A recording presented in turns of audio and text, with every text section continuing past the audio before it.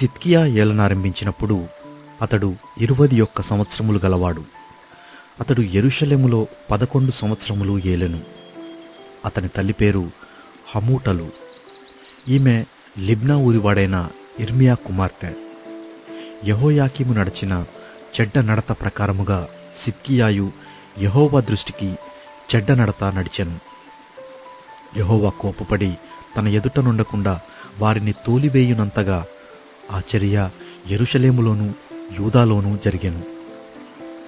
సిద్కియా బబులోను రాజు మీద తిరుగుబాటు చేయగా అతని ఏలుబడి యందు 9వ సంవత్సరము 10వ నెల 10వ దినమున బబులోను రాజైన నెబుకద్రెజరు తన సైన్యమంతటితో యెరూషలేము మీదికి వచ్చి దానికి ఎదురుగా దండు దిగినప్పుడు పట్టణమునకు చుట్టూ కోటలు కట్టిరి.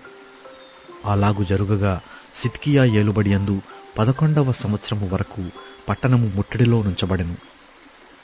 4వ నెల 9వ దినమున క్షామము పట్టణములో హెచ్చుగానున్నప్పుడు దేశ ప్రజలకు ఆహారము లేకపోయెను. పట్టణ ప్రాకారములు పడగొట్టబడగా సైనికులందరూ పారిపోయి రాజుతోటకు దానిపైన 2 గోడల మధ్యనున్న ద్వారపు మార్గమున రాత్రియందు పట్టణములో నుండి బయలువెళ్ళిరి. కల్దీయులు పట్టణమును చుట్టుకొని ఉండగా సైనికులు యోర్దాను నది మార్గముగా తరలిపోయేరి. కల్దీయుల దండు సిద్కియా రాజును తరిమి యెరికో మైదానములో అతని కలుసుకొనగా అతని దండంతయు అతని యొద్ద నుండి చెదరిపోయెను. వారు రాజును పట్టుకొని హమాత్ దేశమునందలి రిబ్లా పట్టణముననున్న బబులోను రాజునద్దకు అతని తీసుకొని పోగా అతడు అచ్చటనే సిద్కియా రాజునకు శిక్ష విధించెను. బబులోను రాజు సిద్కియా కుమారులను అతని కన్నుల ఎదుట చంపించెను. మరియు అతడు రిబ్లాలో యూదా అధిపతులనందరినీ చంపించెను.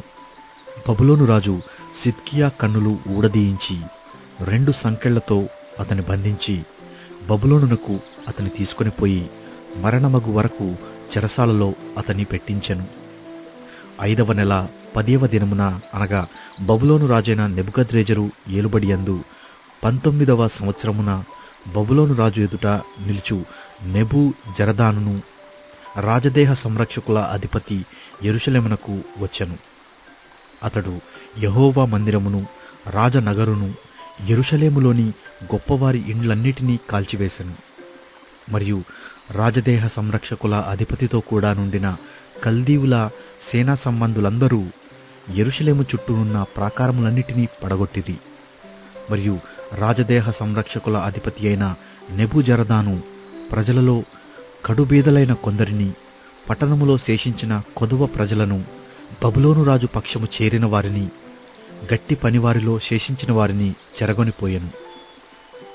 అయితే రాజదేహ సంరక్షకుల అధిపతి అయిన నెబుజరదాను ద్రాక్షావనములను చక్కపరచుటకును సేద్యము చేయుటకును కడుబీదలలో కొందరిని ఉండనిచ్చెను.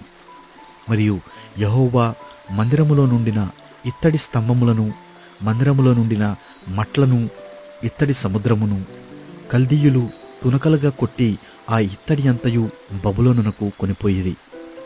అదియుగాక వారు బిందెలను, కుండలను, కత్తెరలను, గిన్నెలను, గరిటలను, యాజకులు సేవ చేయు ఇత్తడి ఉపకరణములన్నిటినీ కొనిపోయిరి.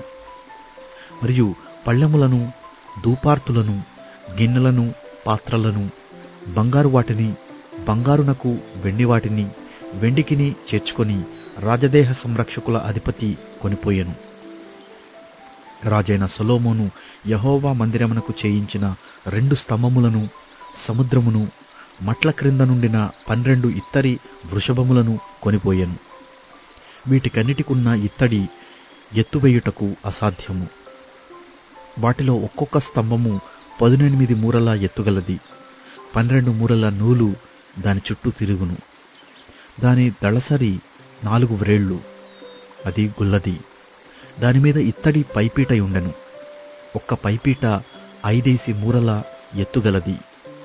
పైపీటకు చుట్టూ అల్లిన వల, అల్లికయు, దానిమ్మ పండ్లును ఉండెను. అవి అన్నియు ఇత్తడివి. ఈ స్తంభమునకు ఆ స్తంభమునకు అలాగుననే దానిమ్మ పండ్లుండెను. ప్రక్కలయందు 96 దానిమ్మ పండ్లుండెను.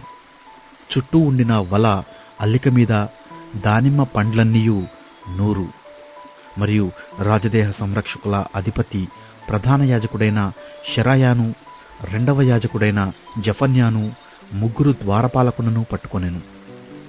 అతడు పట్టణంలో నుండి యోధుల మీద నియమింపబడిన యొక్క ఉద్యోగస్తుని, పట్టణములో దొరికిన రాజ సన్నిధిలో నిలుచు 7 మనుష్యులను, దేశ సైన్యాధిపతియగు వాని యొక్క లేఖరిని, పట్టణపు మధ్యను దొరికిన 60 మంది దేశ ప్రజలను పట్టుకొనెను.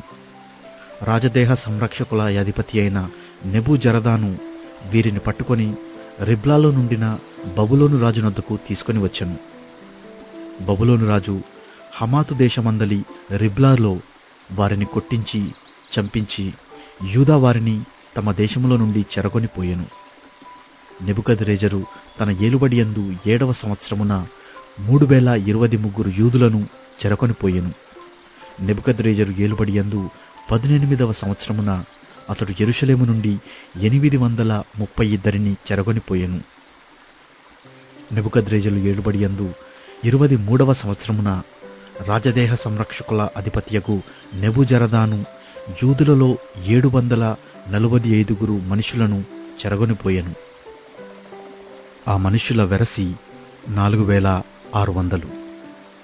యూదా రాజైన యెహోయాకీను చెరపట్టబడిన 37వ సంవత్సరమున 12వ నెల 25వ దినమున బబులోను రాజైన ఎవిల్మెరోదకు తన ఏలుబడియందు 1వ సంవత్సరమున యూదా రాజైన యెహోయాకీనునకు దయచూపి బందీగృహంలో నుండి అతని తప్పించి అతనితో దయగా మాటలాడి అతనితో కూడా బబులోనులో నుండు రాజుల సింహాసనము కంటే ఎత్తైన సింహాసనము అతనికి నియమించెను.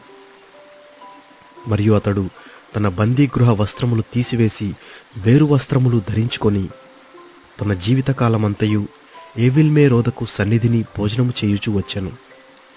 మరియు అతడు చనిపోవు వరకు అతడు బ్రతికిన దినములనియు అనుదినము అతని పోషణకై బబులోను రాజు చేత భోజన పదార్థములు ఇయ్యబడుచుండెను.